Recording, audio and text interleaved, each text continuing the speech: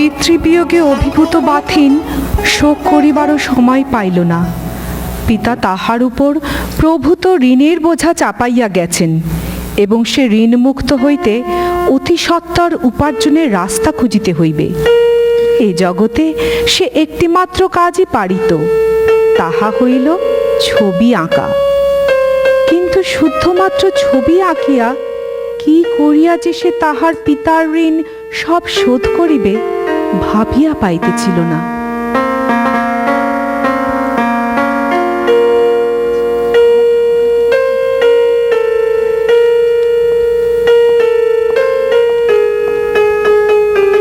কেঁদো না বাথিন, কেঁদো না।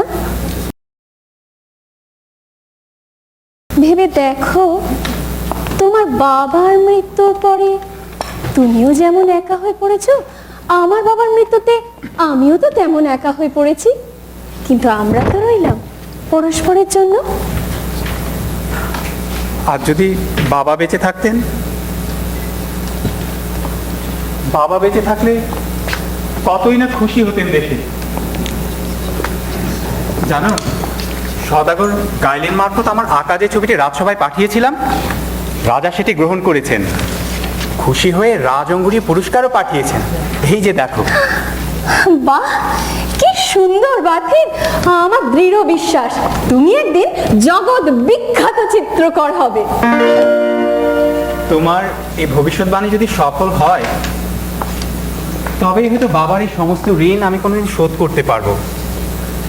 আবার সেই এক কথা বাথিন, আমার বাবার মৃত্যুর পর আমি তো তোমার একমাত্র মহাজন, তাই না? তা তোমার কি মনে হয় আমি এখানে আসি ওই কিছু টাকা আদায়ের আশায়? না না, তা ভাবি না মাসয়ে। কিন্তু পিতৃঋণ তো আমাকে পরিশোধ করতেই হবে, তাহলে আমার পিতার আত্মার মুক্তি হবে কি করে? বারবার এই এক কথা বলে আমায় খোঁটা দিলে আমি কিন্তু আর এখানে আসবো না। আচ্ছা, রেগে যেও না মাসয়ে। আসলে কি জানো, আমাকে বলে যাওয়া বাবার শেষ কথা কটি আমি ভুলতে পারি না। বাবা বলেছিলেন ঋণ থাকলে মানুষে মানুষকে সমান সম্পর্ক গড়ে ওঠে না। তাই আমি ঠিক করেছি আমাদের বিয়ের আগে আমি সমস্ত ঋণ শোধ করে দেব। আচ্ছা, সে হবে কোন। কিন্তু এখন কি আঁকছো বলো দেখি? রাজদরবার থেকে প্রভু তথাগতের শিষ্যা গোপার একখানা ছবি আঁকার ফরমাইশ পেয়েছি। সারাদিনে মুখ তুলতে পারিনি। বাথিন, তুমি যদি আমাদের মতো মেয়ে মানুষ হয়ে জন্মাতে, তাহলে এদেশের রাজা কবেই তোমাকে নিজের অন্তঃপুরে রানী করে রাখতেন। তাই নাকি? কেন বলো তো, ওর কি রানীর অভাব? না না, আমাদের রাজার অনেক রানী, কিন্তু না, এমন সুন্দর মুখ, এমন মিষ্টি হাসি কি তাদের কারোর আছে? ও, ঠাট্টা হচ্ছে। ভাগ্যিস মান্দালে থেকে এত দূরে আছো, আর এখনো রাজার চোখে পড়নি, নইলে তুমি নিজেই গিয়ে একদিনে রাজার বামে বসতে। না গো না, আমি চেষ্টা করলেও তোমার মতো সুন্দর হতে পারতাম না। অতুল মাধুরী ফুটেছে তোমার মাঝে, তব চরণে চরণে সুধা সঙ্গীত বাজে। অতুল মাধুরী ফুটেছে তোমার মাঝে, তব চরণে চরণে সুধা সঙ্গীত বাজে। কি সত্য তোরে না হেরিয়া নিশির শিশির ঝরে, প্রভাত আলোকে পুলক তোমারি তরে। কি সত্য তব তপ্ত কপল পরশে অচির সমীর মদির মত্ত। আমার চির ভক্ত, কি সত্য সকলই সত্য, হে আমার চির ভক্ত, কি সত্য।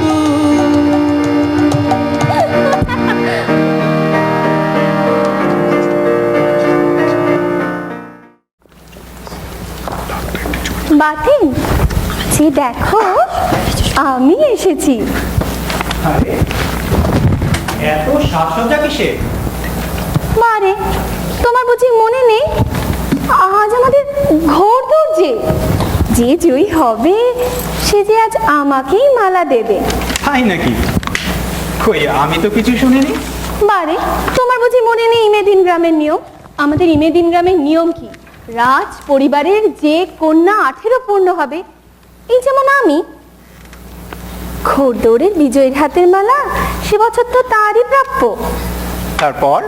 তারপর আর তেমন কিছুই নয়, ওই বিজয়ী ঘোষাওয়ার তখন সেই কন্যার পানি প্রার্থী রূপে গণ্য হবে। এরকমই নিয়ম? তাহলে আমার তখন কি হবে? না গো না, তুমি যেমন আছো ঠিক তেমনিই থাকবে। আচ্ছা দেখো, আমি যেন আবার বাতিল না হয়ে যাই। এ কি, আবার রং তুলি ধরলে? আমাদের কিন্তু এবার তৈরি হয়ে নিতে হবে, আর খুব শিগগির যেতে হবে। ওঠো বলছি। ওই দেখো আয়নায়।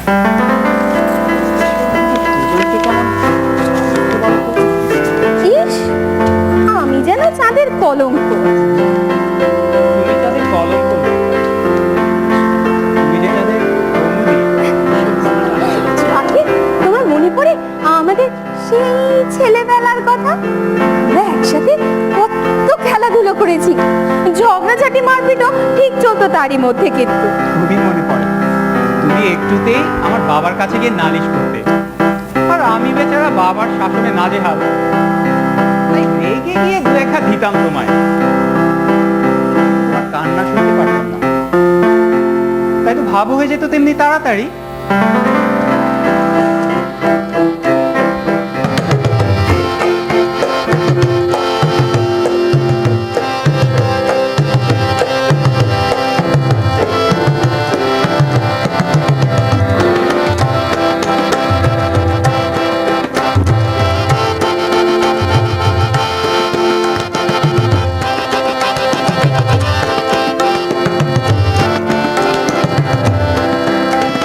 পুরানো সেই দিনের কথা ভুলবি কি রে হায়, ও সেই চোখের দেখা প্রাণের কথা সেই কি বলা যায়?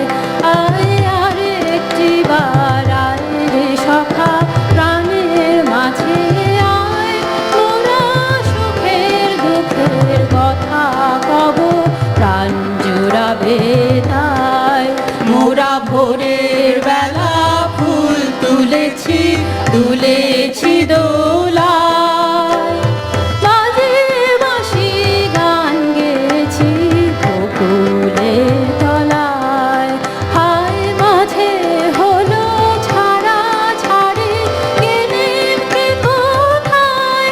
আবার দেখা যদি হলো সখা, প্রাণের মাঝে আয়।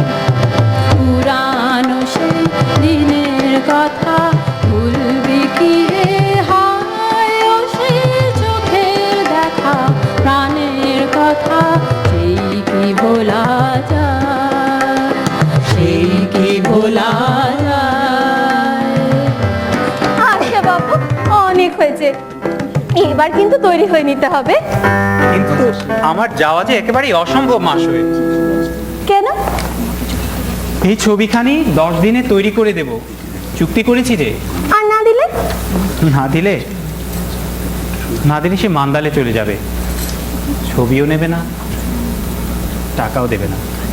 তাই বলে আমি তো তোমাকে এরকম প্রাণপাত পরিশ্রম করতে দিতে পারি না।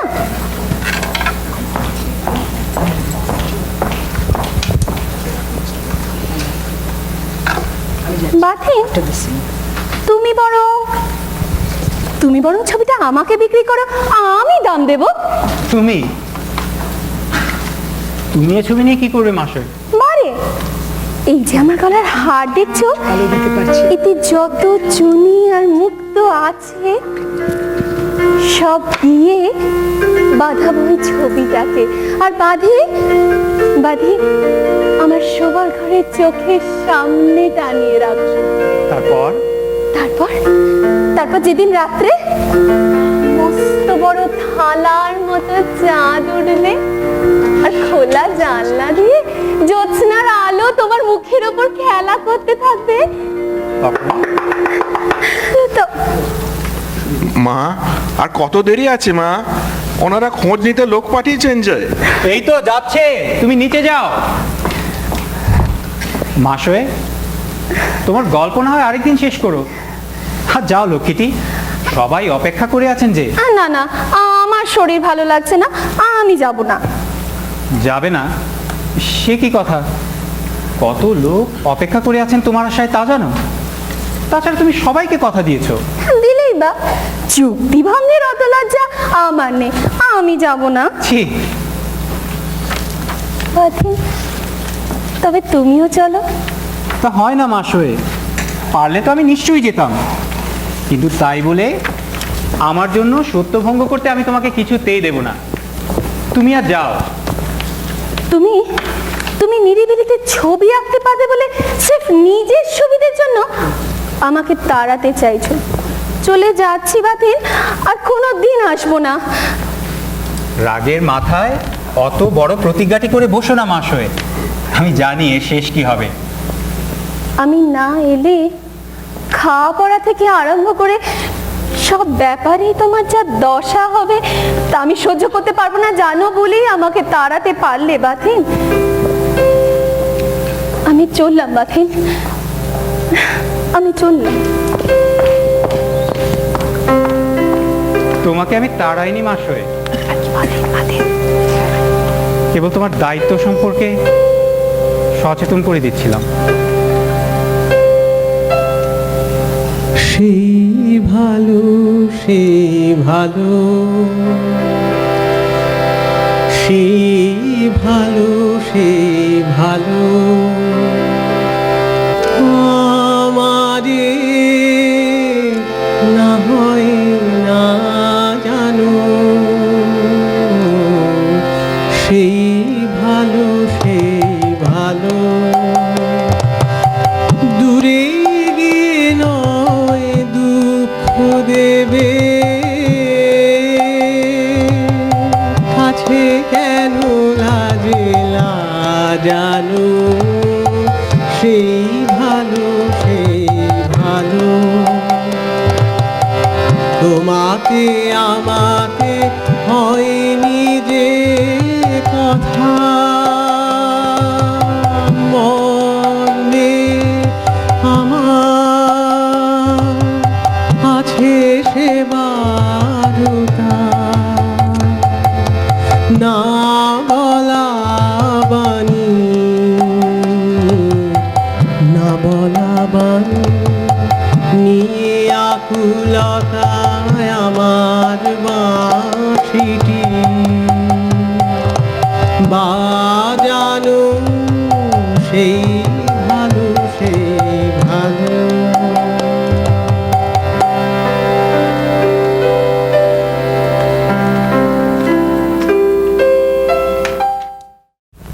বাতিল। বাতিল, কি করছো সারাটা দিন রং তুলি নিয়ে? সমস্ত আনন্দ উপভোগ থেকে নিজেকে বঞ্চিত করে রেখেছো। গতকালের উৎসবে না গিয়ে তুমি যে কি ভুল করেছো কি বলবো। আমি দেখি প্রতিদ্বন্দ্বী ঘোড়সওয়ারেরা সবাই দাঁড়িয়ে আছে লাল পোশাকে সেজে আমার ইঙ্গিতের জন্য। সে চাঞ্চল্যকর মুহূর্ত, আমার অঙ্গুলি হেলনে তারা সবাই মুড়ি বাঁচি করে দিল তাদের ঘোড়া ছুটিয়ে। দেখে মনে হচ্ছিল তাদের অসাধ্য আর কিছু নেই। নারী হয়েও ধমনীতে আমার রক্ত টকবক করে ফুটছিল। তারপর পথির নামে এক অসম সাহসী যুবক, কি বলিষ্ঠ উন্নত চেহারা তার। পথির নামের সেই বলিষ্ঠ উন্নত চেহারার অসম সাহসী যুবক, দেখা গেল সেই পথিনী হলো বিজয়ী। অজয়ী পথিন এসে কম্পিত হস্তে ঘর্মাক্ত কলেবরে আমায় নিবেদন করলে তার বিজয় মালা।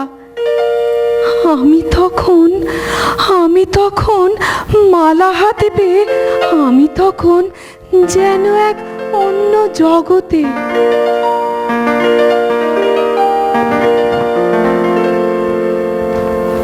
পরে অবশ্য আমার গাড়িতেই ফিরলেন তিনি। তখন ভালো করে আলাপ হলো, জানলাম ওরাও ধনী এবং উচ্চ বংশীয়, এমনকি আমার দূর সম্পর্কের আত্মীয়। বেশ ভালো মনে হলো লোকটিকে, জানো। তাই আমার অনেক প্রশংসা করছিলেন। সান্ধ্যভোজে তাই আমন্ত্রণ করে দিলাম। অনেকেই এসেছিলেন দয়া করে। সন্ধ্যেটা তাই ভীষণ ভালো। তোমাকেও ডাকতে চেয়েছিলাম, কিন্তু ভাবলাম তোমার বুঝি সময় নেই। ঠিকই ভেবেছিলে।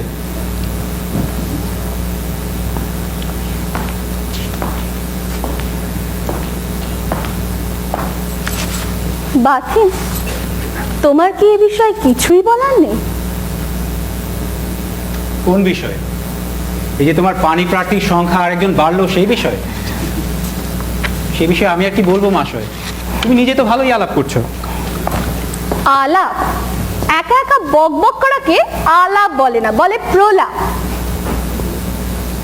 ঠিক আছে, তোমার যখন একটি কথাও বলার সময় নেই আমার সাথে, আমি তাহলে আজ আসি। এসো।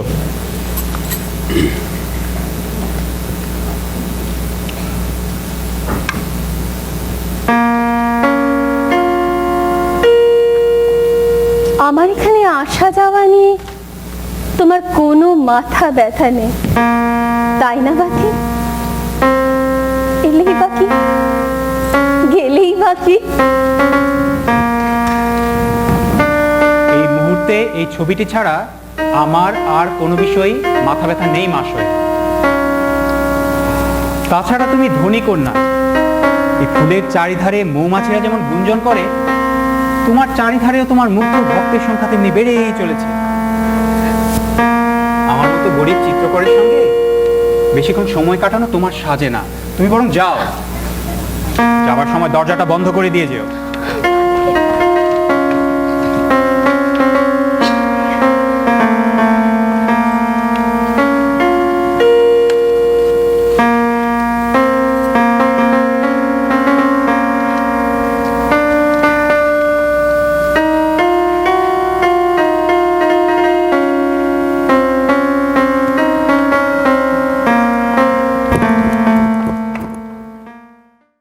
লোকটি শুধু বলিষ্ঠ ও সাহসী নহে, অতি ধূর্তও বটে। সে মহাশয়ের ঐশ্বর্যের, তাহার পিতার ও বংশের খ্যাতি প্রতিপত্তি ও সর্বশেষে তাহার সৌন্দর্যের প্রশংসা করিতে লাগিল। প্রায় অপরিচিত এই সুন্দর যুবকটির কাছ হইতে প্রশংসা শুনিয়া মহাশয়ের লজ্জা হইল, অথচ কেমন যেন পুলকও জাগিল। পরপর দুইটি সন্ধ্যা তাই সে পথিন ও তাহার নূতন বন্ধুবর্গ লইয়া নৃত্য গীত হাসি মস্করায় আনন্দে কাটাইল।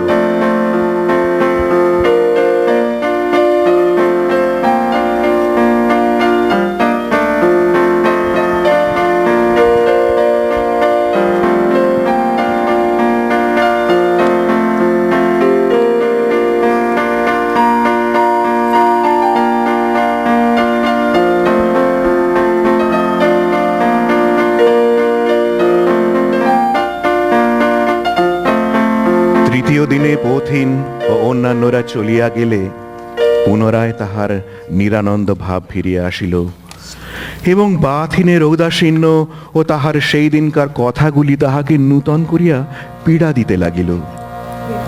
তাই সে পুনরায় বাথিনের গৃহে আসিল।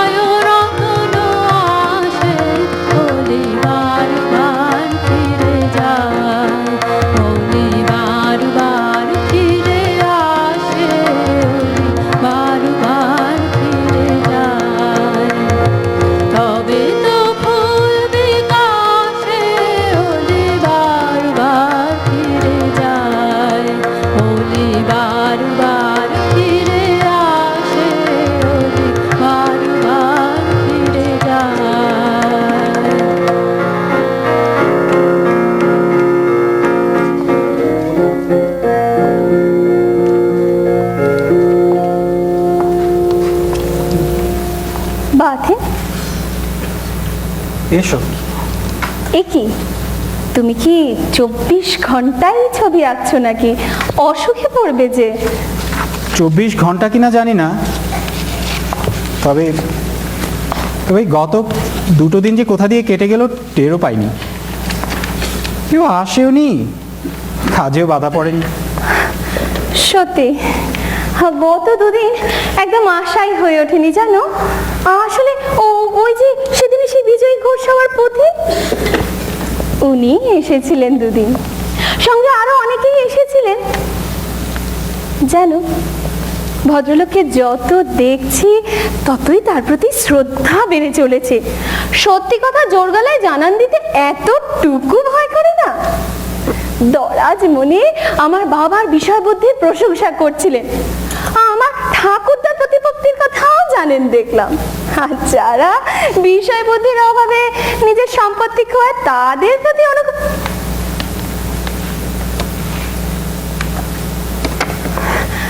না গো, জানো আমাকে এই কদিনে বেশ চিনে ফেলেছেন। এই ধরো, আমি কি খেতে ভালোবাসি, আমার পছন্দ অপছন্দ, এই সবই এই আনন্দ বাসরে তোমাকেও ডাকতে চেয়েছিলাম জানো, কিন্তু তোমার তো সময় নেই।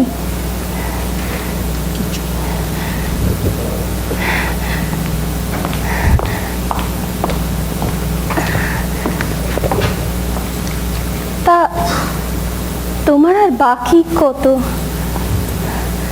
অনেক বাকি। এখনো অনেক বাকি? তা গত 2 দিন ধরে করছিলে কি শুনি? মাসে এই নাও, একটা চুরুট ধরাও তো। তোমার মুখ থেকে ওই মদের গন্ধটা আমি আর সইতে পারছি না। বাথিন, সকালবেলা আমি চুরুট খাই না, আর চুরুট দিয়ে ঢাকার মতো কোনো অন্যায় কাজও আমি করি না। আমি ছোট লোকের মেয়ে নই। কি জানি, তবে হয়তো তোমার কাপড় চোপড়ে কোনো ক্রমে এসে লেগেছে। ওই মদের গন্ধটা কিন্তু আমি বানিয়ে বলিনি। বাথিন, তুমি যেমন নীচ তেমনি হিংসু, তাই বিনা দোষে আজ আমাকে অপমান করতে পারলে।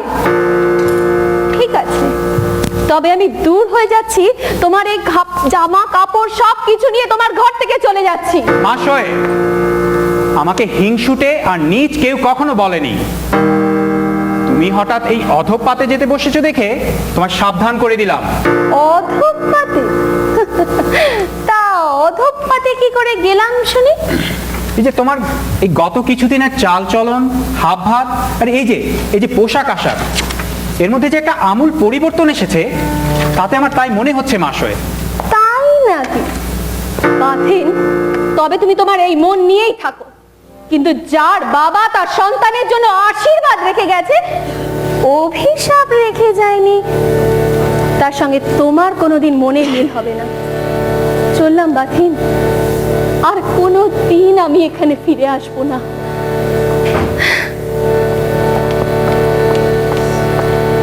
শূন্য প্রাণে চলে গেল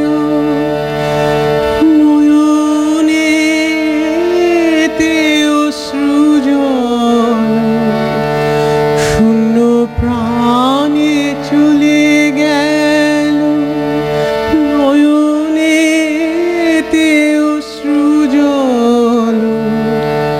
এই জনমে আর ফিরে যাবে না ওকে কেন কাঁদালি ও যে কেঁদে চলে যায় ওর হাসি মুখ যে আর দেখা যাবে না ওকে কেন কাঁদালি। আরে এই যে মাসই, যাক তুমি এসে গেছো। আমি তো এদিকে অপেক্ষা করে করে হতাশ হয়ে ফিরেই যাচ্ছিলাম।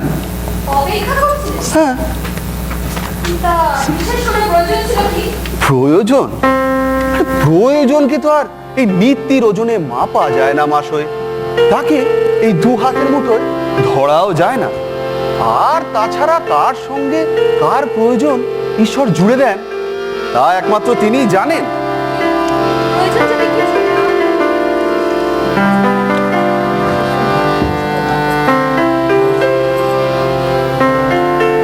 আচ্ছা, আমি আসি। পরে আসবো।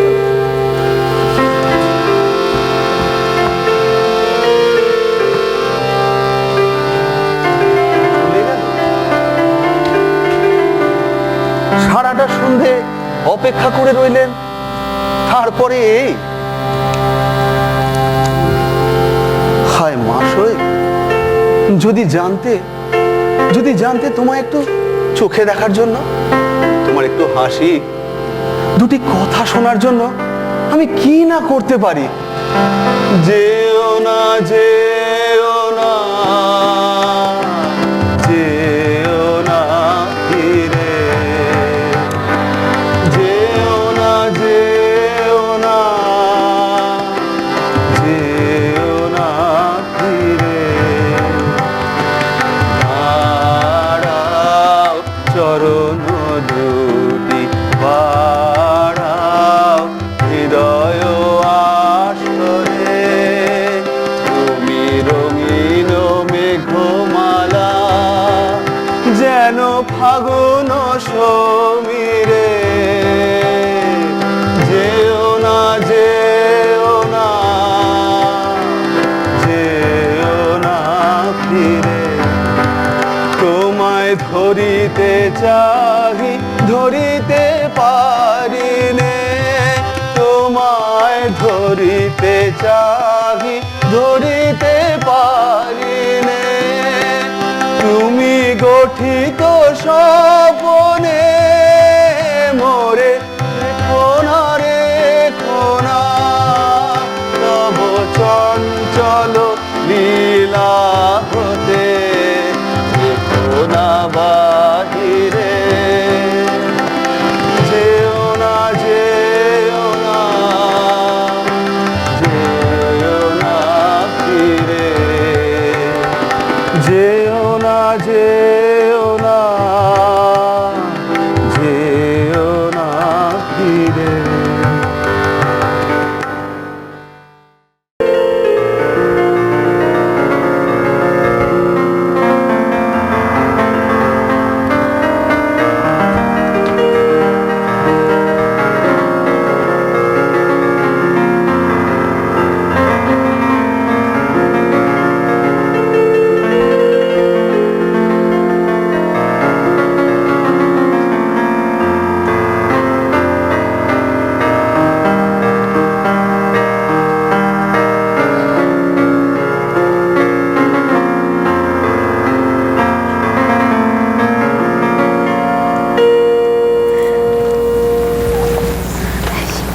মাসে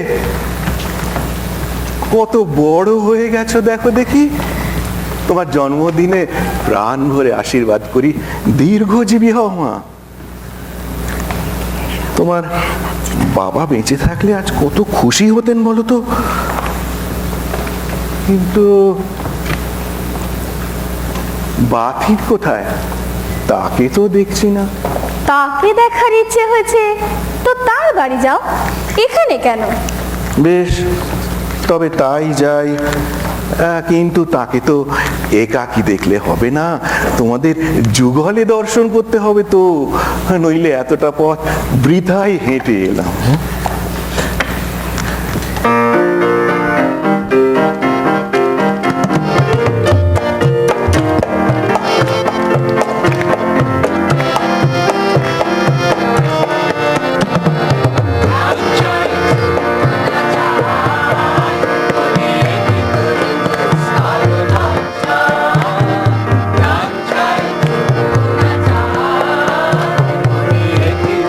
দুস্তর লজ্জা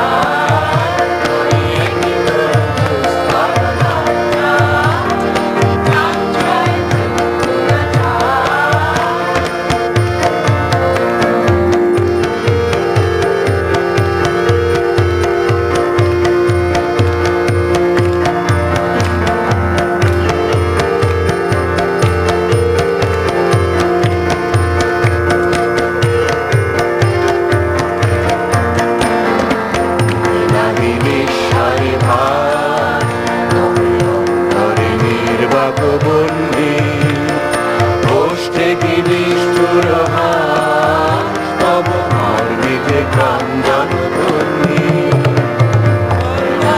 ঈশ্বরে ভাস মরে অন্তরে নির্বাক বন্ধি কোষ থেকে নিষ্ঠুর হাত তব মর্মে যে ক্রন্দন ধ্বনি মাল্য যে দংশিছে হাত তব শয্যা যে কণ্টক শয্যা মাল্য যে দংশিছে হাত তব শয্যা যে কণ্টক শয্যা মিলন সমুদ্র বেলায় চির বিচ্ছেদ জর জর মজ্জা প্রাণ চায় চক্ষু না চায়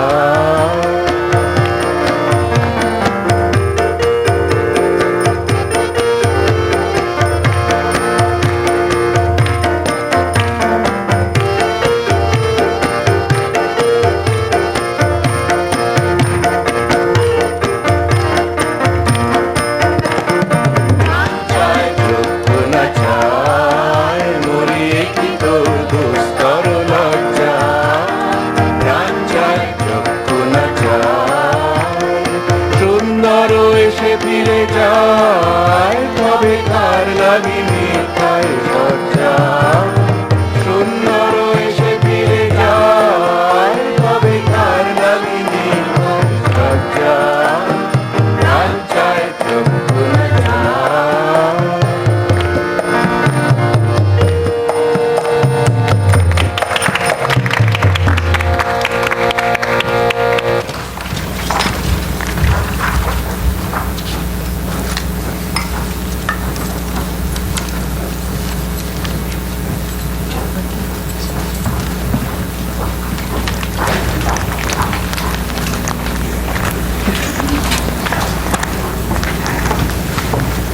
মা তোমারই তো অতিথি একটাও কি কথা বলতে নেই তোমাকে তো ডেকে আনতে বলিনি তাকে।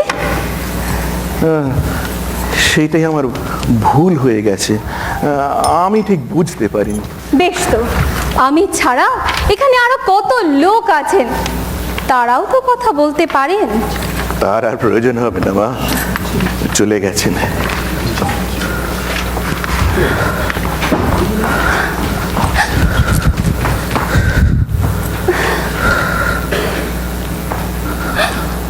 আমার কপালটাই পোড়া, নাহলে তুমি তো তাকে খেয়ে যেতে বলতে পারতে। না মা, আমি অতটা নির্লজ্জ নই। বিনা নিমন্ত্রণে ডেকে এনে শেষে কিনা ছি ছি।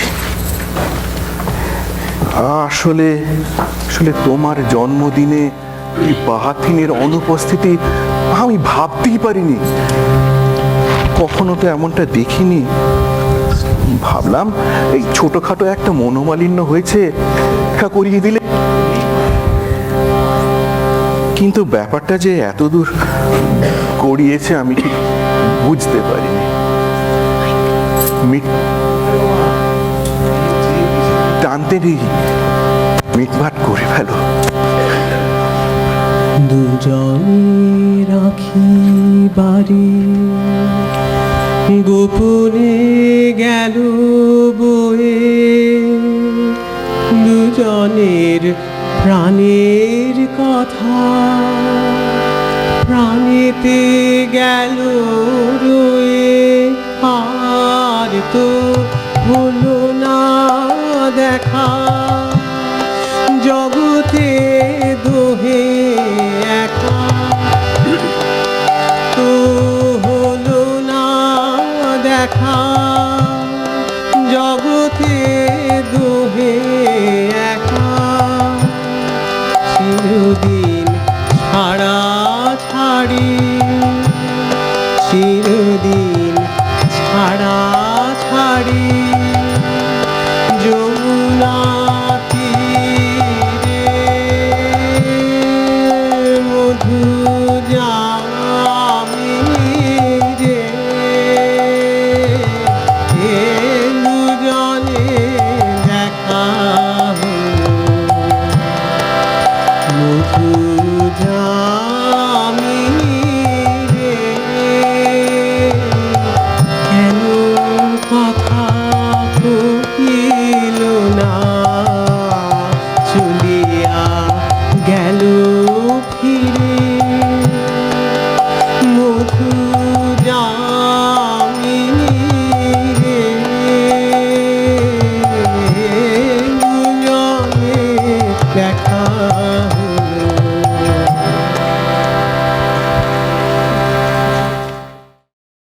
মাসয়ের দ্বারা অপমানিত হইয়া বাথিনের হৃদয় ব্যথিত। তথাপি সে কাহাকেও দোষ দিল না, কেবল আপনাকে বারংবার ধিক্কার দিয়া কহিল, এ ঠিকই হইয়াছে, আমার মতো লজ্জাহীনের ইহাই প্রয়োজন ছিল। কিন্তু বিধাতা তাহার অদৃষ্টে যে আরো কত বড় পরিহাস লিখিয়া রাখিয়াছিলেন তাহা সে টের পাইল যখন তাহার অক্লান্ত পরিশ্রমের ফল সেই বুদ্ধ শিষ্যা গোপার ছবিখানি শেষ হইল ও তাহা ক্রয় করিয়া লইয়া যাইতে সওদাগর গাইলিন আসিয়া উপস্থিত হইলেন। তো যাই।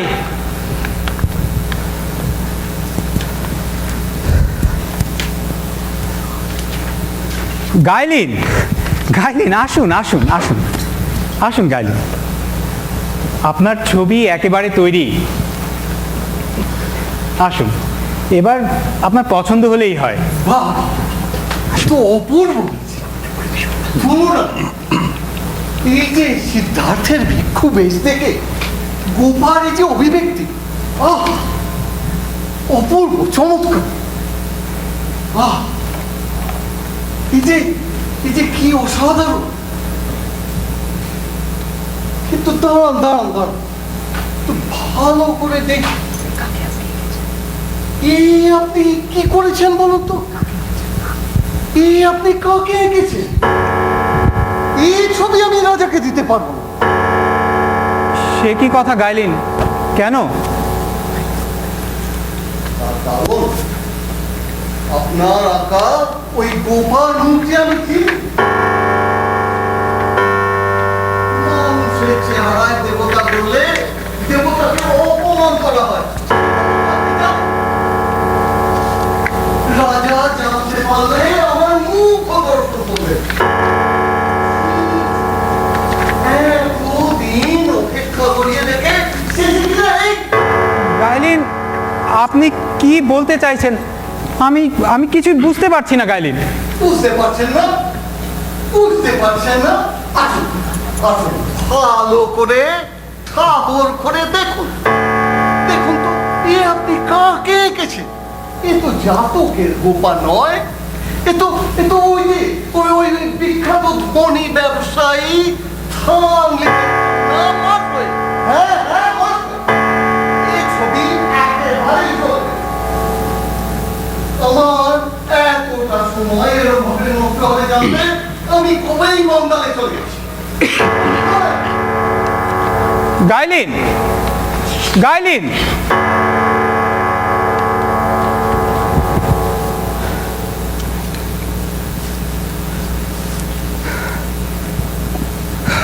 অসম্ভব।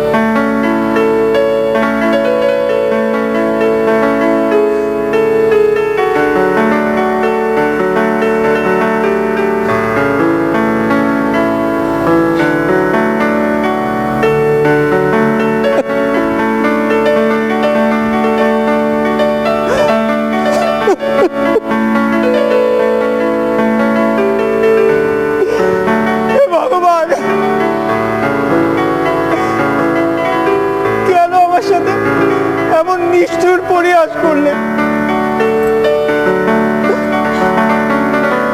কি অন্যায় করেছিলাম আমি যে আমাকে এমন কঠিন সাজা দিলেন।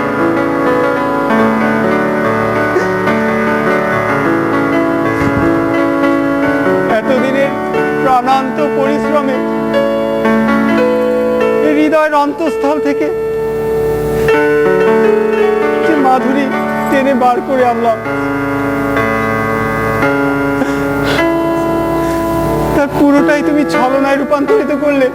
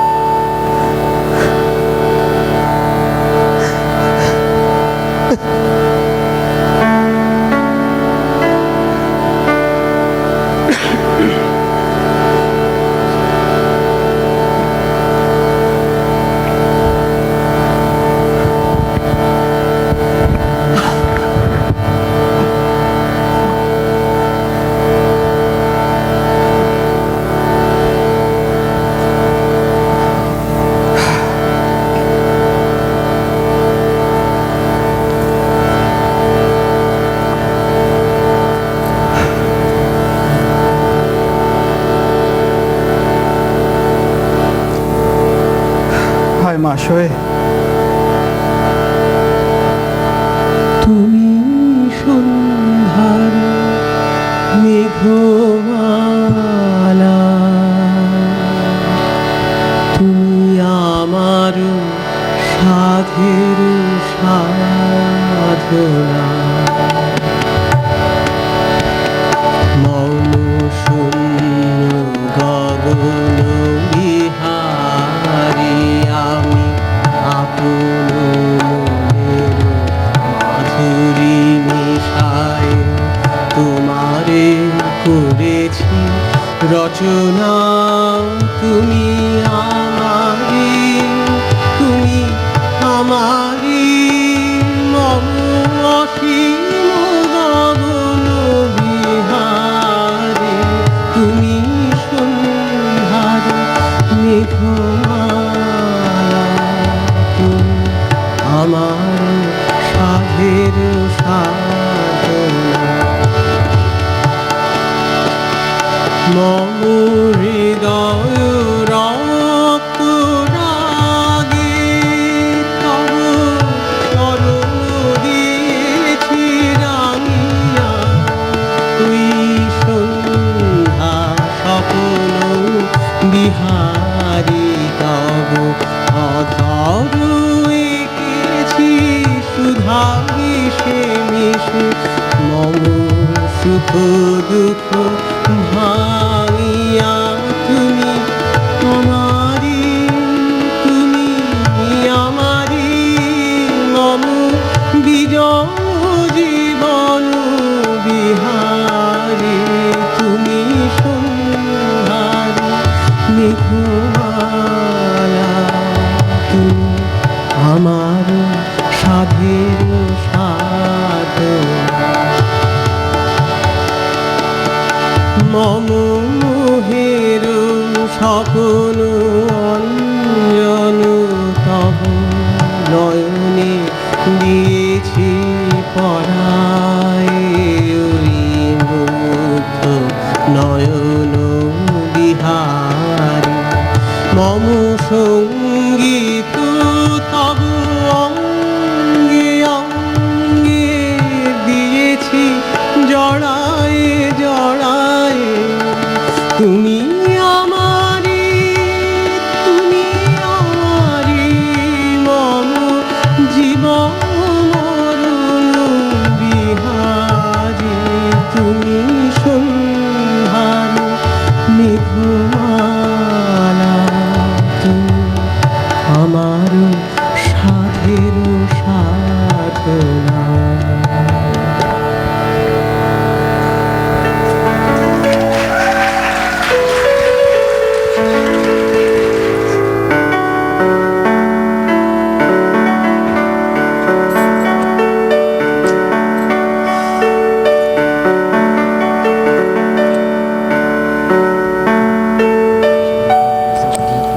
মাসয়, বিগত কিছুদিন যাবৎ তোমাকে বড়ই আনমনা দেখাচ্ছে। তোমার কি শরীর টরীর খারাপ নাকি? না এমনি। তোমায় একটু দেখবো বলে, তোমার দুটো কথা শুনবো বলে ছুটে ছুটে আসি, কিন্তু এই অর্ধেক দিন তুমি আমায় লক্ষ্যই করো না। এত অন্যমনস্ক থাকো, তা আমায় বলবে না কি নিয়ে ভাবো এত সারাদিন?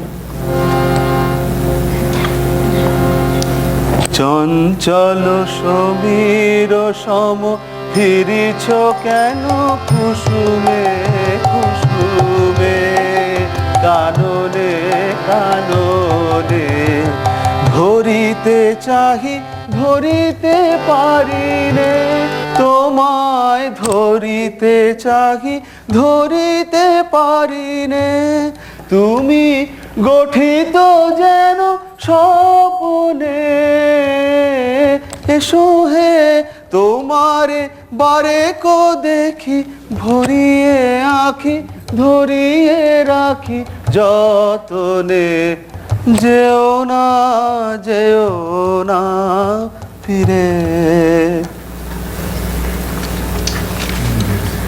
মাসই মাসই তোমাকে দেবতারাও কামনা করেন, আর আমি তো মানুষ। আর যে আমাকে কামনা করে না সে কি দেবতারও বড়? আমি ভাবছিলাম কি জানেন, আমি শুনেছি আপনার নাকি রাজ দরবারে অনেক প্রতিপত্তি। আপনি কি আমার একটা কাজ করে দিতে পারেন? পারি বই কি, তা কত তাড়াতাড়ি চাই? খুব শীঘ্র। নিশ্চয়, তা কি কাজ? আমি একজনের কাছে অনেক টাকা পাই, আচ্ছা, কিন্তু আদায়ের কোনো উপায় দেখি না। কেন? কারণ কোনো দলিল নেই যে। আপনি কি এ ব্যাপারে কিছু করতে পারেন? অবশ্যই পারি। তবে দিন না একটা উপায় করে, আজই এক্ষুনি। আমি এক কানা করিও ছেড়ে দেব না। বেশ বেশ, তাই হবে, কিন্তু এই আজই বললে তো আর আজ হয় না মাসই। তবে তবে তোমায় বুঝিয়ে বলতে হবে না, আমি বুঝেছি কার কথা তুমি বলছো। আমি এক কানা করিও ছেড়ে দেব না। দারিদ্রের অহংকারকে কি করে ধুলোয় মিশাতে হয় সে আমার ভালোই জানা আছে। চোখ যেমন রক্ত শোষে, ঠিক তেমনি করে আমি সব টাকা আদায় করেই ছাড়বো। এই রাজার নিয়ম হলো এই পরোয়ানা জারি করার পরে এই অন্তত 7 দিন সময় দেয়। এইটুকু সময় তোমাকে ধৈর্য ধরে থাকতেই হবে। তারপর যত খুশি রক্ত শুষবে, আমি আপত্তি করব না। সেই ভালো জানেন। যাক, হাসি ফুটেছে তাহলে। তা তোমার জন্মদিনে তোলা সে ছবির বইখানি, সেটি গতকাল এসেছে। চলো না, ওটা একটু আমরা দেখি। আজ জানেন, আজ আমার আবার একটু কাজ পড়ে গেছে। তাছাড়া আপনাকেও তো মন্দানের রাজ দরবারে খবর পাঠাতে হবে, তাই না? পুথিন, আজ আমি আসি, আর একদিন না হয় আমরা ছবির বইটা দেখবো। আজ চলি, কেমন?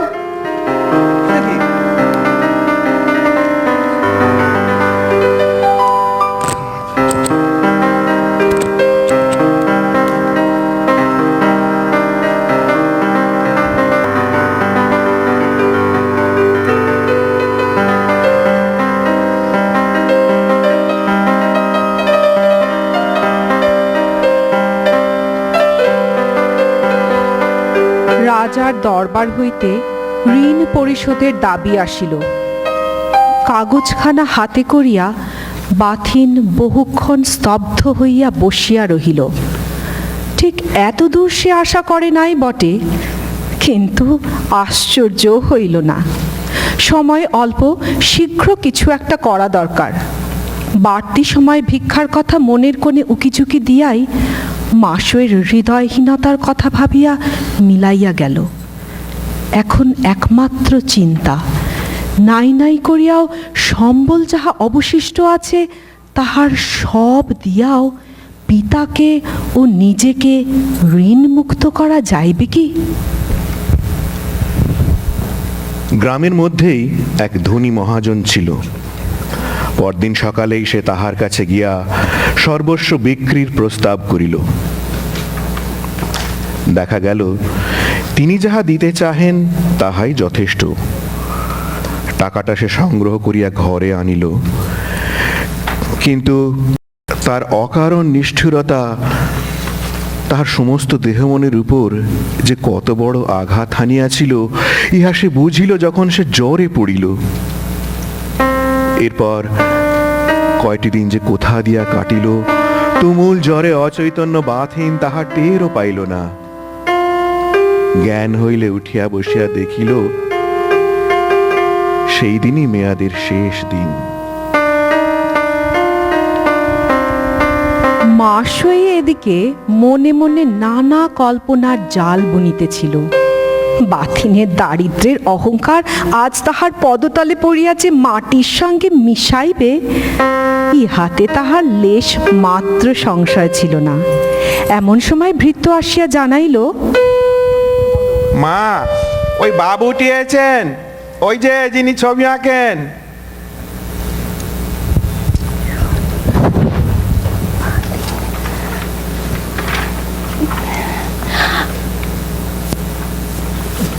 আজ মেয়াদের শেষ দিন মাসই, তোমার টাকা এনেছি। টাকা? সামান্য কিছু টাকা আদায়ের আশায় আমি নালিশ জানাইনি বাতিন। ঋণের সমস্ত টাকা পরিশোধ করতে বলেছিলাম। তা বটে মাসই, আমি তোমার সমস্ত টাকাই এনেছি। সমস্ত টাকা? এত টাকা তুমি পেলে কোথায়? সেটা না হয় কালই জানবে। থলেতে তোমার টাকা আছে, কাউকে গুনে নিতে বলো। বাবু, আপনার কি খুব বেশি দেরি হবে? বেলাবেলি বেরোতে না পারলে কিন্তু পেগুতে আজ রাত্রের মতো আশ্রয় মিলবে না। এই তো যাই। পেগু? পেগু থেকে যাচ্ছে?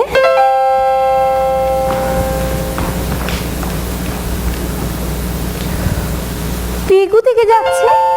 ও গাড়ি কার? বাতিন, ও বাক্স প্যাট্রাই বা কার?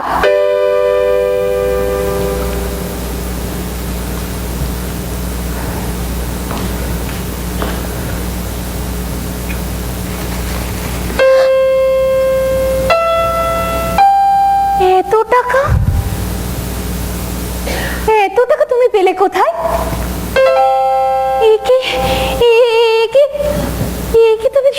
তোমার ছবি বিক্রির টাকা? না মাসই, আমার সে ছবি বিক্রি হয় না। আমার আঁকা গোপার ছবি ওদের পছন্দ হয়নি,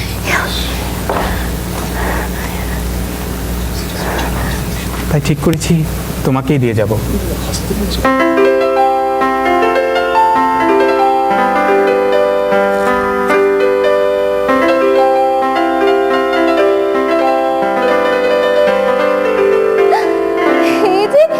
এই যে আমি, আমার ছবি আঁকলে তারা তোমাকে টাকা দেবে কেন বাতিন?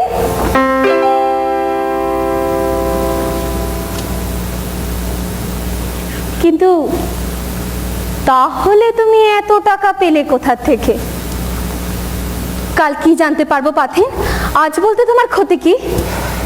এত টাকা, এতগুলো টাকা তুমি পেলে কোথায়? লক্ষ্মীটি, সত্যি করে বলো, এত টাকা তুমি... কি জ্বরে যে গা পুড়ে যাচ্ছে, তাই তো বলি মুখ এত ফ্যাকাশে কেন? সত্যি করে বলো বাতিন, এত টাকা তুমি পেলে কোথায়? বসো মাসই, বসো, সবই বলছি।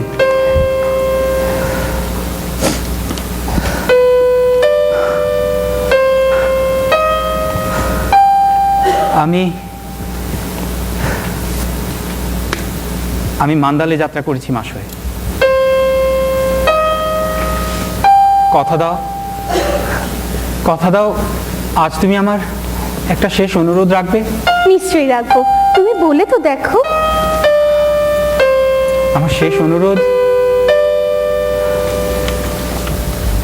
শীঘ্রই শীঘ্রই কোনো সৎ পাত্র দেখে বিয়ে করে ফেলো। এভাবে অবিবাহিত অবস্থায় বেশি দিন থেকো না। আর একটা কথা, এই কথাটা আমার খুব খেয়াল রেখো। লজ্জা যেমন নারীর ভূষণ, অভিমানও তেমনি। অভিমানও নারীকেই মানায়, কিন্তু তার বাড়াবাড়ি করলে সেটা তখন আর ভূষণ থাকে না মাসয়, সেটা তখন হয়ে ওঠে। বাথিন, ও সব কথা না হয় আরেকদিন শুনবো। হ্যাঁ, এখন বলো, এত টাকা তুমি পেলে কোথায়? কেন বারবার জিজ্ঞেস করছো মাসয়? আমার কোন কথাটা তোমার অজানা? বাথিন, এত টাকা তুমি পেলে কোথায়? মানে বাবার ঋণ বাবার সম্পত্তি দিয়ে শোধ হলো। মানে আমার আর কি আছে বলো?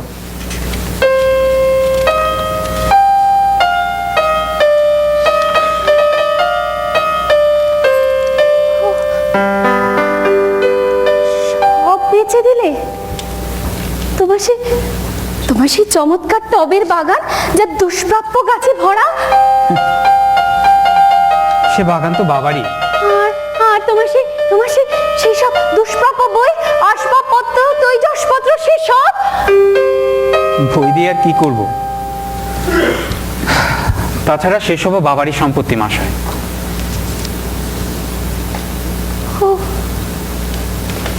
সব গেল? তোমার সেই বাগান, বাড়ি, ঘর, আসবাবপত্র, তৈজসপত্র সব গেল? যাক, ভালোই হয়েছে। এবার তুমি ওপরে গিয়ে একটু শুয়ে নেবে, চলো। না মাসয়, তা হয় না।